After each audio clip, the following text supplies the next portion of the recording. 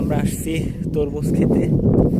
অনেক বড় বিল এখানে, শত শত লোক ওরা তরমুজ নিয়ে রাস্তায় যাচ্ছে আমরা দেখতে পাচ্ছি।